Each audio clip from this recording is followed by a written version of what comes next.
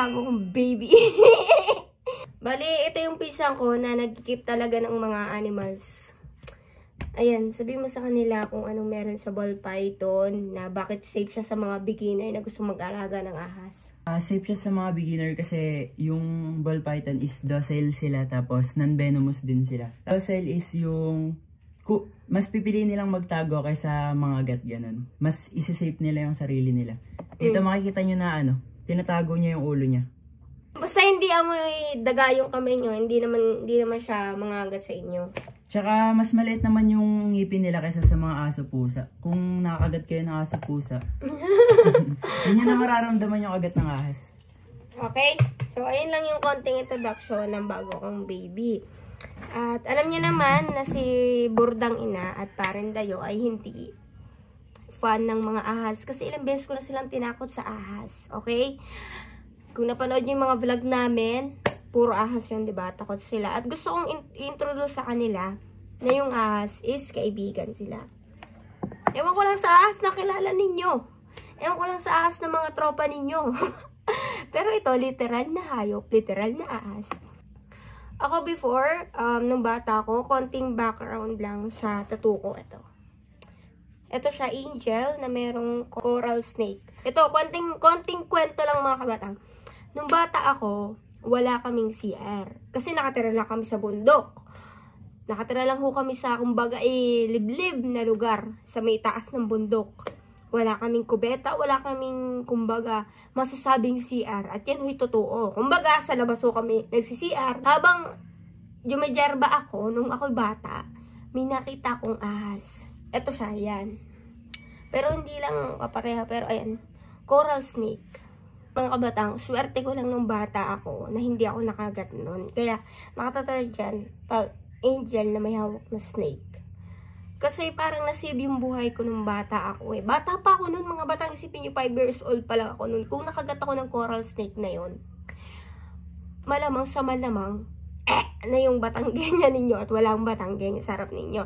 Simula nun, takot ako sa ahas. Hindi ko umaano yung sarili ko. Basta ahas, takot ako. Pero ngayon, na-introduce sa akin ng pinsan ko kung ano bang meron sa ahas. Nag-alaga ako.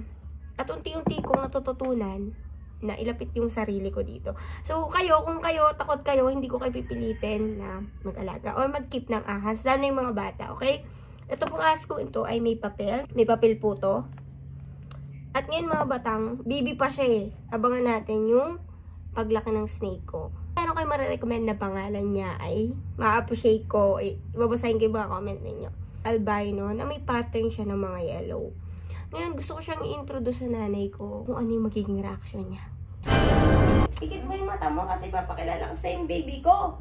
Baka kung ano na naman yan, Ken. Wala man. Okay lang yan. Itago mo na lang jutong mo, baby.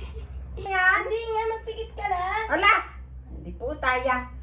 Bakit ka lang pinikot? Kailangan mo pumikit kasi ma-surprise ako sa'yo. May mga trust issue na ako sa ganyan. Dali naman. Surprise. May surprise nga ako sa iyo. Dali na. Pikit, ma.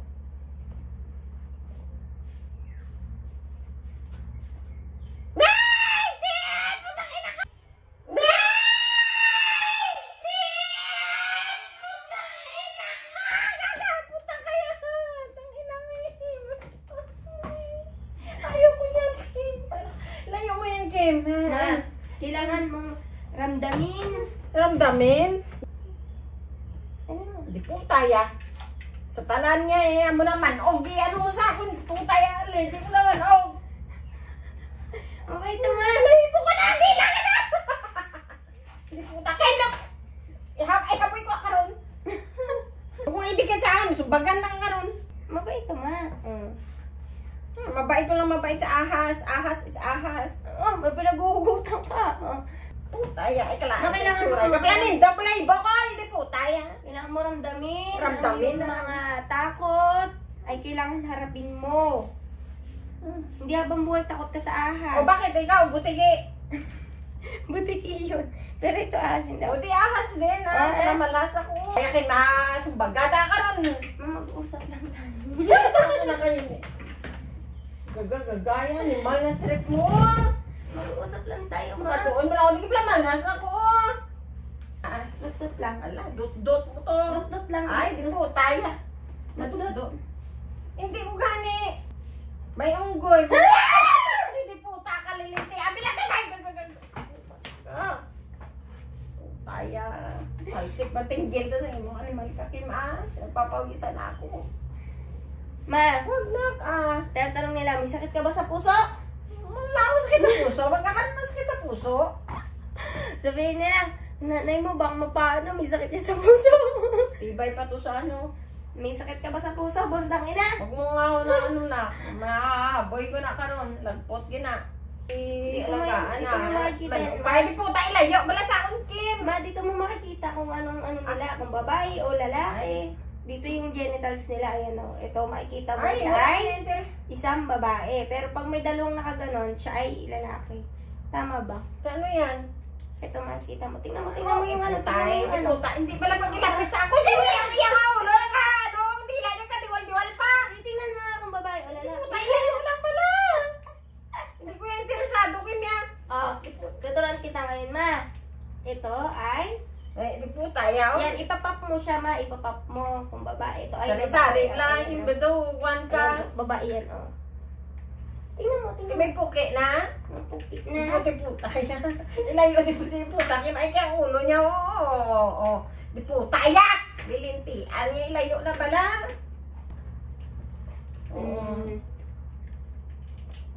Lamal lang. Yan na pagkuha natin mga kaiba. Yung di putahan ka gikaroon sa ako. Maboy ko na kan lagpot. Meron ako mga nakita na comment kung anong pangalan ng ahas ko.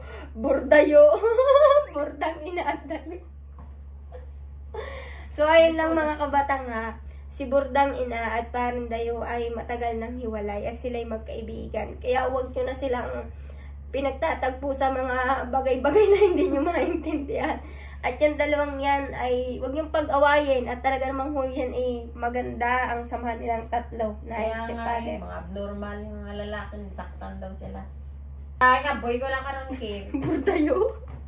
Di puta. Hindi pagpangalan. Dayo. Bordayo. Ayun lang. Bye-bye. At